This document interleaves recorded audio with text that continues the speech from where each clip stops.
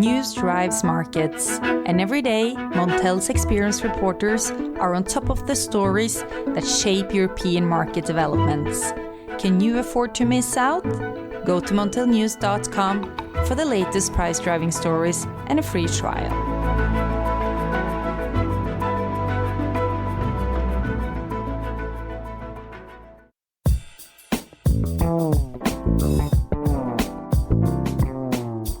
Hello listeners and welcome to the Montel Weekly Podcast, bringing you energy matters in an informal setting. This week, the topic is gas. Global gas prices surged at the start of the year and remained very strong as Asia and Europe was caught short by a cold snap and the tightness in supply. To talk us through a tumultuous year, current market developments and the outlook to the summer is our old friend Bryan of Refinitiv. A warm welcome to you, Wayne. Hi, good afternoon, Richard. And it's always good to be back. Hope all is well with you. All is good and always a pleasure and an honour to have you on the pod, Wayne. But before we get into gas matters, I'd like to ask, how are you doing? How's life in London for you at the moment, Wayne? It's not too bad. We're in Tier 4, so everything's closed. But luckily, work's very busy and these recent market movements have helped. So lots of work to be doing. So I'm just keeping busy with work and just hoping for better times, which will come at some point. And hopefully back in the office in a couple of months, because that would be nice. It's been nearly a year since we were put into remote working. So apart from that, I'm healthy and well and family's all good. So no complaints. Good to hear. So tears for fears, as it were. Yeah. But Wayne, I also hear there's a rumour going around that you share a hairdresser with some celebrities. What? What do you hear? You always catch me off guard. Lewis Hamilton, maybe, that's it. Same hairdresser in London, but that's purely by chance. I mean, I met him once, and that's about as far as it gets, really. But that was not in Tier 4 then? No, actually, just before, just before. So, luckily, I managed to get a trip there just before they got shut down again and probably won't be open till March. So I'll be reaching for my own clippers, etc. Excellent. I'm sure Lewis is a very nice bloke as well. But enough about tears and celebrities, but let's get into the nitty-gritty about the gas market, Wayne. So, talk us through the current price developments. I mean, is it all about the weather, the cold snap, both in Northern Europe, Southern Europe, Spain, and also Northeast Asia? Yeah, well, as you know, I mean, we saw prices hit, in the UK's case, I think the front month was at an all-time high. TTF front month was obviously as well. Also at couple of year high. Asian LNG prices, we all know how high they went. So I think as we saw that confluence of bullish events, whether it be the Panama Canal issues, supply issues from certain LNG like Hammerfest, etc., and other outages, lower Australian supply, then we obviously get the cold snaps, which caught people short, as we could see by the price movement. And then what we saw towards that as well was we saw sort of like a short squeeze. I think that one day when the market went up sort of 20%, you looked at that and thought, is that really fair value? Are we really at these levels? And then the next day, obviously, you saw the price more or less retrace all of its gains in 24 hours. I think weather has been key. Weather has been revised several times over recent weeks, so everyone's been a bit unsure of how we're going to look for February. But as we get close to that now, we've seen temperatures actually in Asia adjust lower over recent days. It's meant to be quite cold in the major demand centres like Tokyo, Seoul, Beijing, etc. That's got a bit warmer. Same in Europe. I mean, the UK is a bit warmer today, but we are going to be colder again. If you look at the front month now, or the latest EC 45-day report, we saw UK is actually going to be under seasonal norm for the whole of February. So it's actually going to be quite a cold February in the UK. And obviously in continental Europe, certain parts of that as well. A little bit warmer in the Netherlands and Germany at the start of, or the end of Jan, the start of Feb, thus far, looking at the model output. But once we get into sort of 8th, 9th, 10th, I think it starts to get a bit colder. So weather's been definitely playing a part. But obviously what's going on in Asia and all the LNG market and the expectations of all the LNG we were going to get didn't quite materialize. When you look at last year, when we had over triple the amount into Northwest Europe, that has obviously had an impact on price. So it's been quite exciting. But if you look now, I think we're getting close to the sort of fair value on some of these prices. I think TTF today has just dipped back under, or day ahead anyway, dipped back under 20 euros a megawatt hour, TTF as well. So, I mean, MVP as well. So I think we're getting close to the fair value. And if you look at the chart movement, it was kind of peaked, and then we're sort of like, if you looked at a technical head and shoulders pattern, it kind of exhibited some of that. So yeah, it's definitely been a interesting few weeks. A roller coaster ride, Wayne. But how high did prices actually get in Asia then? I mean, I saw, something the equivalent of €50 a megawatt hour, and maybe even higher. Yeah, I think we saw one cargo at $36 per MMBTU for February delivery. So yeah, I mean, it's high. And the Asian Northeast Asian price is still relatively high as well. But we're seeing that start to come down now. JKM as well has started to come down over recent days, as similar revisions to weather in both Northeast Europe or continental Europe, and of course in Asia at the same time. And also we're going into sort of shoulder season as well in the LNG market. So I think what we're going to see is a few more cargoes coming into Northwest Europe. And looking at the export economics as well, you can see that happening over the coming months when you look at the price differentials. So yeah, I think we're going to start to see a bit more LNG over the coming weeks. And of course, Spain as well. We had that issue in Spain where their prices really rallied, and we saw some cargoes divert to there. So I think it's not as cold and snowy as it once was. And looking at the mid front month price, it's sort of MVP is sort of catching it up. So we might see some prioritization in terms of cargoes. So yeah, a lot going on. A lot going on. I'm sure there's a lot of demand for your service and your expertise, Wayne. But I think in terms of COVID and the continuing pandemic, I mean, you talk about Tier 4 in London, parts of the UK, you've got extended lockdowns in Germany, places like the Netherlands talking about curfews. What kind of impact is this going to have on demand, if any? Well, I think if you look at, LDZ demand, I was looking into this the other day, actually. If you look at, I think it was Netherlands, UK and France, since the turn of the year when temperatures have plummeted, we've seen LDZ demand over the 3-year average. And I think one of the reasons you can obviously put behind that is, firstly, we're locked down, so a lot of us are at home a lot more than we usually would have been. And also as well, the restrictions on household mixing would have an impact, because most people are in their own domestic residences now. And I know if I look at myself, my heating's been on pretty much constantly over the recent weeks. So that's one impact. But what we've seen the last couple of weeks is a bit more of recovery signals in terms of non-LDZ demand and business in Belgium, Netherlands and Germany since early January. So I think we're seeing a little bit more recovery in that. I was looking at the power sector as well a bit earlier, and you're seeing a recovery there as well. But you've still got the likes of France and the UK in terms of power demand down about 8%. So we are seeing, COVID is having an impact. And I think with these new lockdowns, I think the Netherlands and Germany have implemented new lockdowns. We could see further effects, but you've got to think, does it impact into the manufacturing side of it? Some factories, etc., are still running. But anyone with gas-fired heating countries, then you're going to see an uptick in demand when temperatures are a lot lower, thanks to what I mentioned earlier in terms of domestic occupancy rates. So yeah, COVID's still having an impact. So when you talk about the LDZ, it's mainly the household market, isn't it, Dwayne? Yeah, heating, residential demand. But what's been interesting, just when we mentioned COVID was something we were talking about a lot more, but of late it's not something that's been impacting sort of gas prices as much as it was before in the power market. I think there's been so many more different bullish drivers that it's kind of, some of the stuff we've been talking about, I haven't even mentioned COVID, but yeah, it's still definitely, you can see the impact. So it's still important to monitor, and we do monitor it here at Refinitiv. Yeah, so it's very much sort of hovering everywhere, wherever you look, there is that COVID element. But you mentioned demand in Asia. So to what extent has the winter demand in Northeastern Asia already peaked for LNG? Well, if you look historically, you would say that. I mean, you get a lot of demand over these last few months seasonally, and typically as you move into February, March, then that number of cargoes starts to slow. So I would expect demand in Asia maybe not to have peaked yet, because you might have seen some buyers priced out of the market at recent prices. So there's always the risk of that. But yeah, I think typically and seasonally we see demand start to fall. And like I said earlier, looking at the most recent forecasts for the major demand centers of Asia, and the weather now is trending more to the warmer side. So I think we might have seen a peak, but please don't hold me to that. Next week you might see more of a revision and temperatures plummeting again, even though it seems rather unlikely. But yeah. And the tightness experienced this winter in Europe, is it likely to be replicated next winter? What can be done to sort of prevent this situation potentially?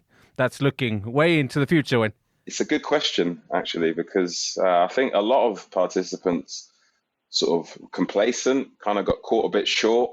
we've had a very comfortable couple of years. And I think in that respect, people got a bit complacent and the weather caught a lot of people out. And I think what happened in Asia, then you saw the price reaction in Europe.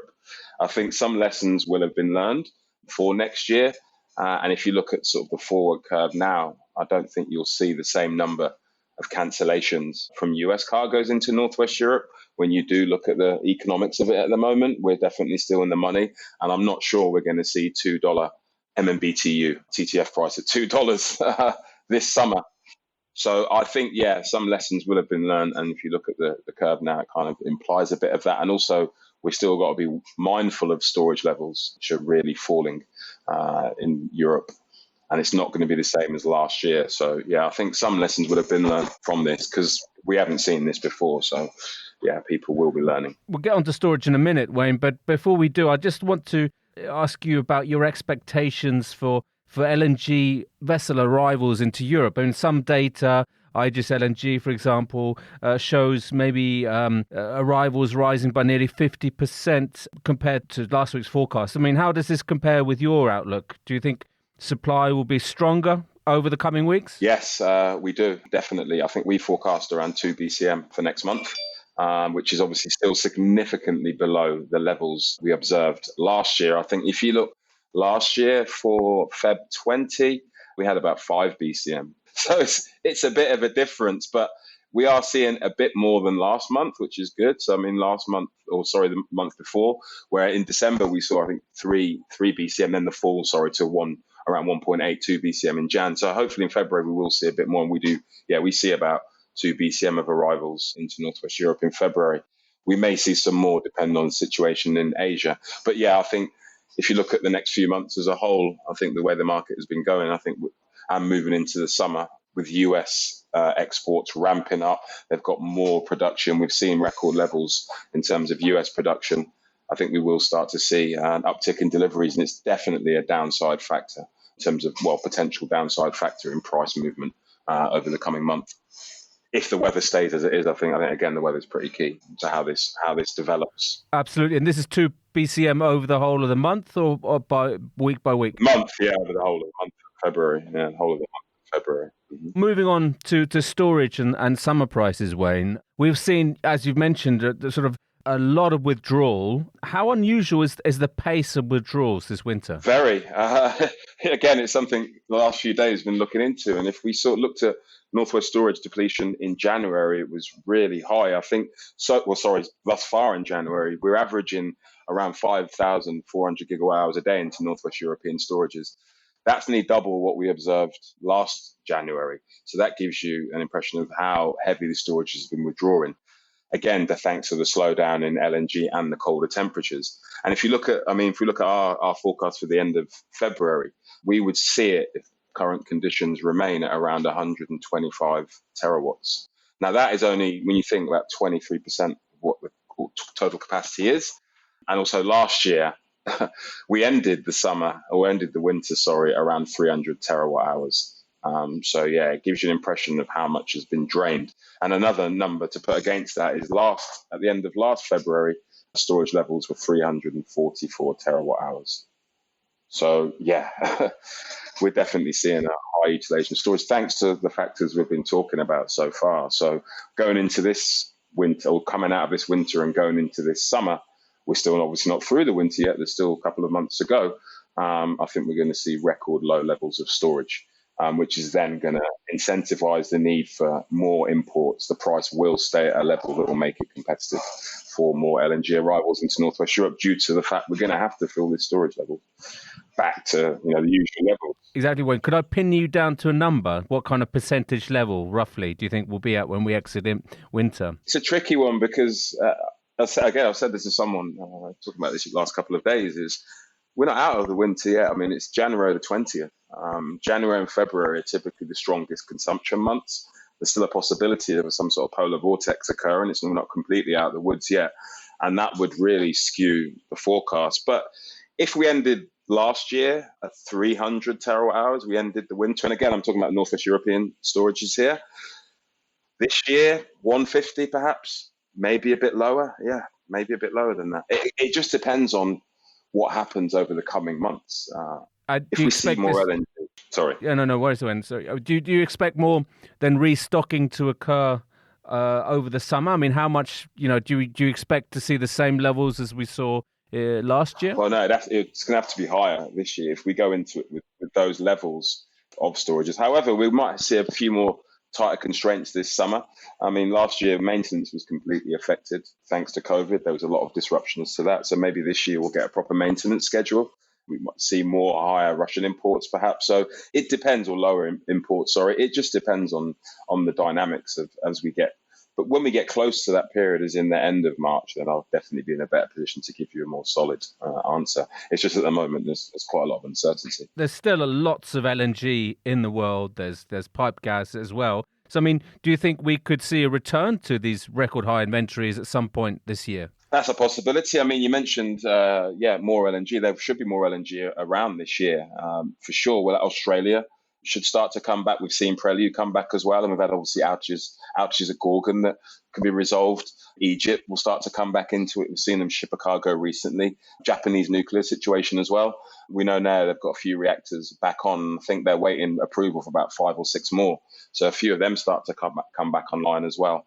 So I think that will obviously soften their demand. So I think we will see, and the US as well. I mean, the US is pumping out LNG at record rates. I don't know what the Biden administration will do yet. I mean, there's obviously a few rumors, etc., how it's going to affect the market. But the oil price is also starting to rise, which will increase associated gas output. So, I see strong levels of LNG this over the next 11 months, more than last year, I believe. So more LNG, pipe gas as well, and some restocking going on. What are the implications for summer prices then, Wayne? Yeah, I don't think that we're going to see summer prices as low as we saw last year. I mean, the TTF and MVP were absolutely battered over that period, and we saw them at record lows. So I would be quite surprised if we do end up at those levels. Again, think of US cargo cancellations, over 160, I think was the total, the impact that had on our markets. So I don't think with this summer we're going to see that. So I don't think we're going to see these $2 price or €2 prices again. I still think the market will adjust lower as we start entering the next month or two, if we don't get any new, supply shocks or demand shocks, and that means weather related or LNG related or any other sort of impacts on production. I think then we will start to start trend lower as we enter into the summer season. Quite not a collapse, but definitely price will start to adjust lower. Because looking at prices now, if you look at where we are now compared to last year, we're more or less double the price on TTF day ahead and front month. So we're probably around the 10, 11 euro mark on the day ahead this time last year. We're now near 20. Similar story for the UK, looking at the front month contract. And the day ahead is over 50% higher. It's a lot higher. So there's still a lot of room for the price to fall ahead of or over the next couple of months. But to the lows we saw, I'm not sure. Yeah, absolutely. I mean, do you think then in a way that we got too used to thinking that gas was going to stay cheap for a long time? Yeah, like I mentioned earlier, and I can allude back to, I think we got complacent. I think the market got complacent. We always thought we had so much gas, no matter what was going to be thrown at us. Storages were healthy. There was even there was less demand thanks to the COVID environment, people not traveling as much, et cetera, et cetera.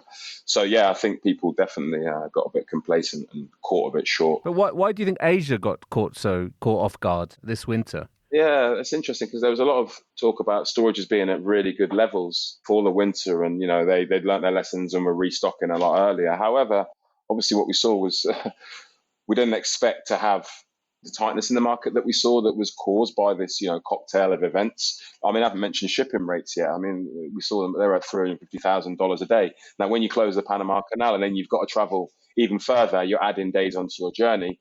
I mean, that all these sort of things just came together.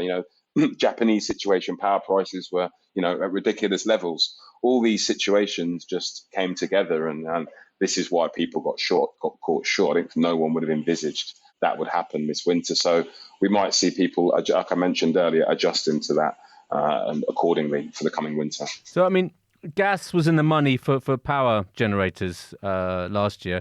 What's the outlook here? We're seeing also, coal prices have risen dramatically as well over the past month. So Where do you see the sort of coal-gas competition for power generation this year, Wayne? Well, it's actually ongoing, and we've seen huge levels of production out of Germany, etc., with coal. And if you look now at the coal switching price, and if you look at what we look at the average switching in the range, of course, for the first time, I think, since probably July sort of 18, when we had a lot of problems in the power market and in general, we've never seen the price outside of above the top end of the switching range since then. We're still within the switching range, still above the average coal switching price. So we are seeing a lot higher levels of switching than we initially thought possible. And even if you look at the UK actual coal switching price as an example, it hadn't been even in the bottom of the range since sort of January 19.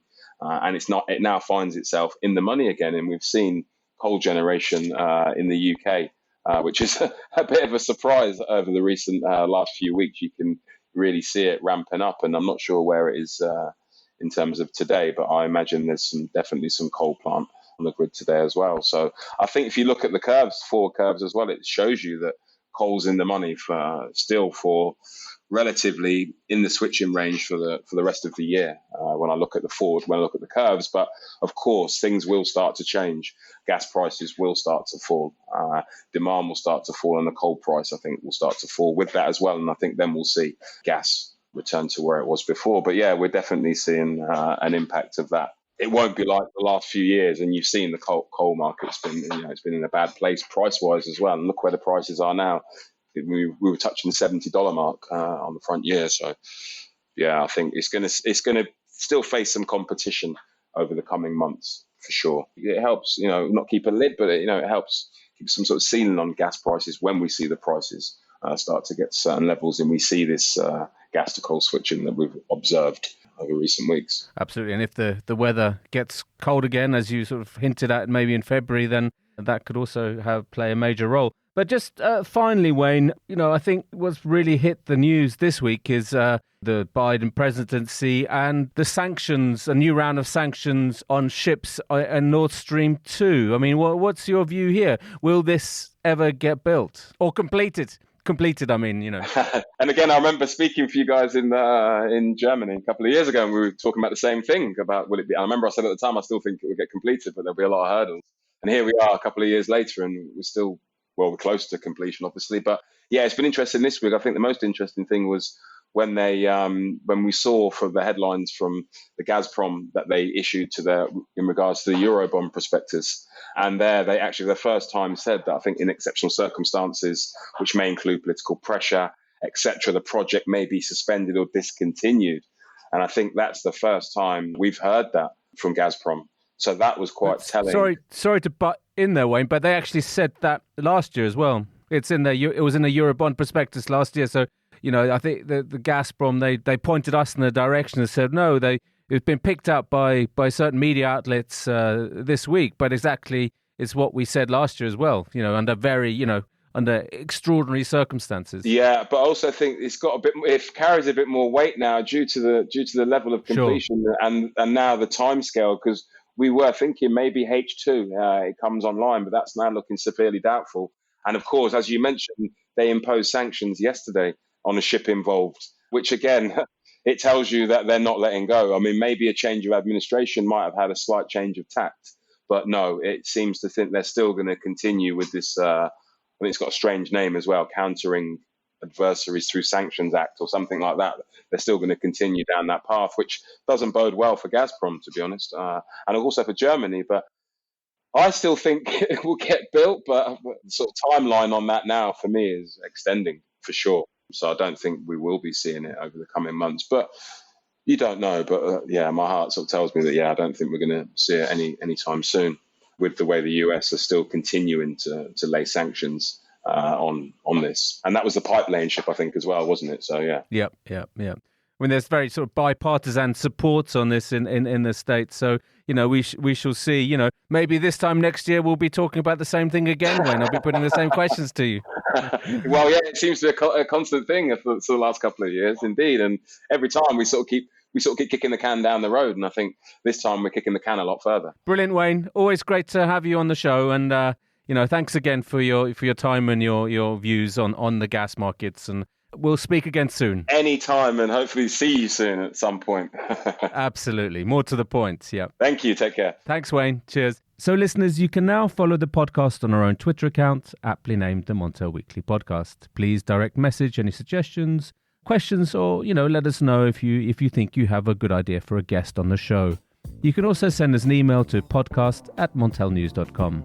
Lastly, remember to keep up to date with all that's happening in energy markets on Montel News. You can subscribe on Apple Podcasts and Spotify, or wherever you get your podcasts from. Thank you and goodbye.